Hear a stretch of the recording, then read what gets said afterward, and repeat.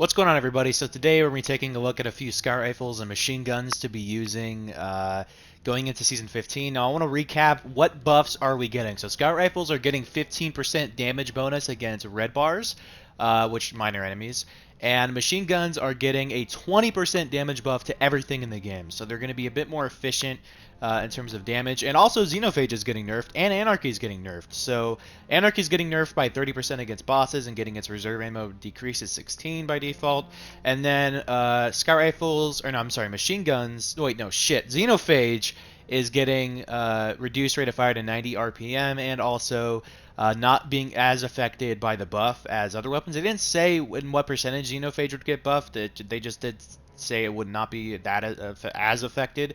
So whatever that means, it's not getting buffed at all. I really have no fucking clue. But let's go and get into scout rifles. So the one I'm going to be using, Hung Jury. This is a classic one that got brought back this season, and it's going to be very, very exciting to see this. Now, I would recommend slapping on minor spec on all of these. So compared to how, so this will, if you slap on minor spec, it will actually be a 20% damage increase going into, season 15 against minor enemies. So this one's fantastic. We got heating up in Firefly. Obviously subsistence would be better in here, but heating up is also kind of nice because it'll increase your accuracy, so it'll be actually a bit better to hit crits, and therefore using Firefly and then damaging nearby enemies and all that jazz. I also want to mention hand cannons are receiving this buff as well, so Fatebringer will be even more prevalent going into this. So very interesting how hand cannons are receiving it. I already thought hand cannons were already good in the first place, but Hung Jury is going to be a great one. Nightwatch, I feel like this is going to be the one everybody uses because it's already really good. It's already a 200 RPM, which is pretty much the best one in the Sky Rifle archetype, and it's fantastic. It does a lot of damage. The curated roll you can get on it is really great. Unfortunately, this one got sunset way back, but you can actually, the one I had before I had like thousands of kills on, but you could actually do part of the new light quest, and you could actually get the Scout Rifle, the curated roll, overflow, and explosive payload. It's a great one. It's really fantastic. For basically all areas of the game, maybe besides PvP, I don't know. It's really fantastic. I'd recommend running it. It's really great, and it's going to be fantastic going into the buff for sure. So coming up next, and dude, I'm getting huge Shadowkeep vibes because I remember just using the shit out of scouts when fucking Shadowkeep launched. Dead Man's Tale is going to be great as well. The one I have on here is actually Vorpal. I'd recommend getting Outlaw. But Dead Man's Tale is a great one. It's already really solid right now. It does a lot of damage and grants more damage whenever you get like precision hits and everything. So yeah, Vorpal will be nice too because it's actually a 15% damage increase against bosses and majors. It doesn't say it, but it's also majors as well, so it's going to be doing even more damage against majors.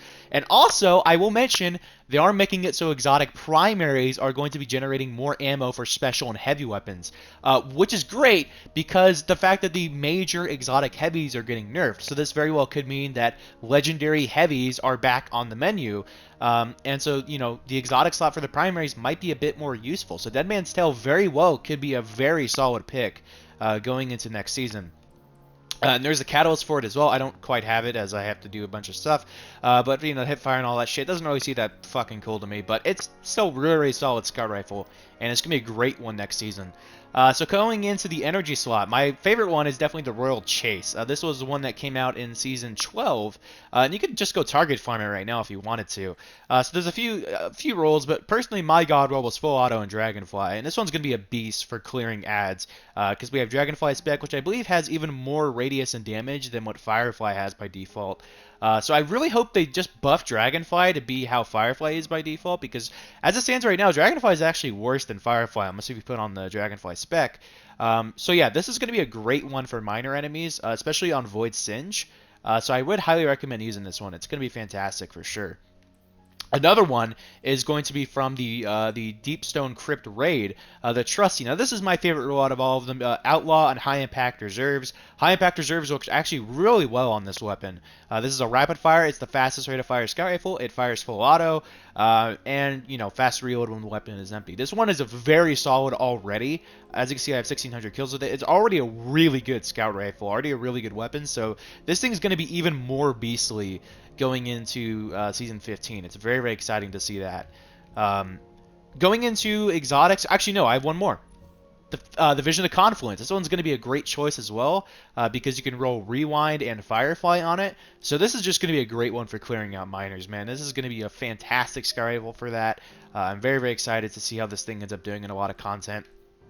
And yeah, moving into the exotics. So we have two exotics that I want to talk about in this slot. So we have the Symmetry. This is a 260. And basically, whenever you get precision hits, you could switch to this arc mode. And depending on the stacks you have for the precision hits, you could switch to the arc mode, arc seeker mode, and it'll increase the damage drastically. And will also partially reload the magazine based on the number of charges. So yeah. It's going to be really, really nice for ad clear. I don't really know if it's going to be that good for ad clear, but I definitely am very interested to see how this is going. You basically can increase the maximum of your dynamic charge stacks as well with the catalyst, which is super, super nice. The last scout rifle I'm going to talk about is the Polaris Lance. This thing could actually be really solid. So basically it has pretty much 4 times the charm in a way. Actually, no, never mind. What am I saying? Precision hits return ammo to the mag, which is super, super nice. Which, of course, now it will, we have infinite primary ammo now for some fucking reason, so that'll be that'll be a thing. Landing 4 precision hits creates a delayed solar explosive round for your next shot. So what you could do is you could do the 4 precision shots, and then use your solar explosive round on a nearby major or something like that. I don't expect this one to be that good, as I'm already not really that big of a fan of it. But I will say it does come with Dragonfly as the catalyst here, which is kind of nice. But overall, I don't really think this one's going to be as prevalent as the other legendary ones, and even the Dead Man's Tale, but it will be definitely a very, very nice one. So let's go ahead and get into machine guns now. There's quite a bit of picks that I want to talk about. Let's talk about legendary ones. You can already see the logos there. But first of all, we have Corrective Measure. This one's a great one, man. I really like Corrective Measure. There's tons of good rolls you can get on them. I have like Rewind and Firefly. I have one with like Rampage. I have this one, Feeding Frenzy, One for All. There's a lot of really good rolls. I'd recommend checking out light.gg to see the rolls that you can get on this thing. I think this one's probably going to be the most prevalent machine gun going into Season 15. I think this one's going to be fantastic, and I'm very, very excited to see how this ends up performing next season. And I would recommend putting on like Major or Bot Spec on here. Just to get that increased damage even further against those guys. But yeah, this thing is super, super nice. I really, really like it, and like I said, I think this is going to be the most prevalent one. Moving into the 7th Seraph Saw. This one's interesting. You can roll Vorpal Weapon on this. This is a world drop. So Vorpal Weapon will increase your damage against bosses by 15%. So basically, if you were to use a standard machine gun right now, like Corrective Measure, and shoot a boss, and then switch to this one in Season 15, it's going to be a 35% damage increase in Season 15 if you were to roll Vorpal, instead of compared to if you were to run Corrective Measure, or no, I'm sorry, not Corrective Measure, but like a standard 360 right now without Vorpal. So it's super, super nice to see that. It's going to be doing a lot more damage against bosses for sure. And I'm excited to see if this will be a good sustained option against bosses. And this could be great for both ad clear and, sustained damage against bosses, which a lot of the time sustained damage isn't really that good in this game because of immune phases. But anyway, I digress. Super, super nice there.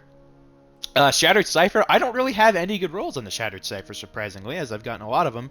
But this is the rapid fire frame, so it's very, very fast firing. 900 rounds a minute. If you like 20% Delirium, you'll probably like this one, but you can't get the same kind of perk. But my favorite one is probably Heating Up in Rampage. This ability by default on this archetype isn't really that good, but Rampage is kind of a nice one for ad clear on here. But yeah. Thunderlord's up next. This one is super, super solid.